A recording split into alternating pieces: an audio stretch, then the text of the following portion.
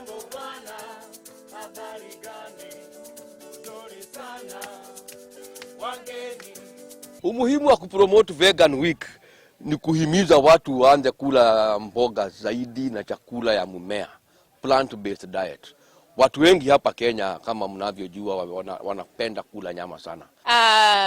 Diet ambayo tunakula siku hizi kama wa Kenya ina influence sana na nchi za ng'ambo. Kwa hivyo tunarudi kwenye utamaduni wetu na tunajua ya kwamba plant-based diet ina manufaa sana kwa sababu ya mazingira, hata uchumi, kwa sababu tunajua ya kwamba food security, chakula ya mboga ama legumes, plant-based foods, bei yake ni nafuu.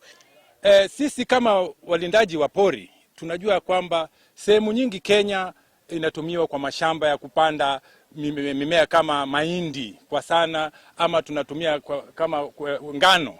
Sasa sehemu nyingi sana inatumika kwa yale yanaitwa starch based food, na sisi tunajua kwamba mambo ya starch inaongeza kiasi fulani ya kiungo mwilini, lakini kwa mambo ya mboga tunakuja kwa nguvu, damu, mwili, ukiangalia kwa mifupa na kila kitu kadhalika. Tunajua kwamba chakula ya mboga ni muhimu sana.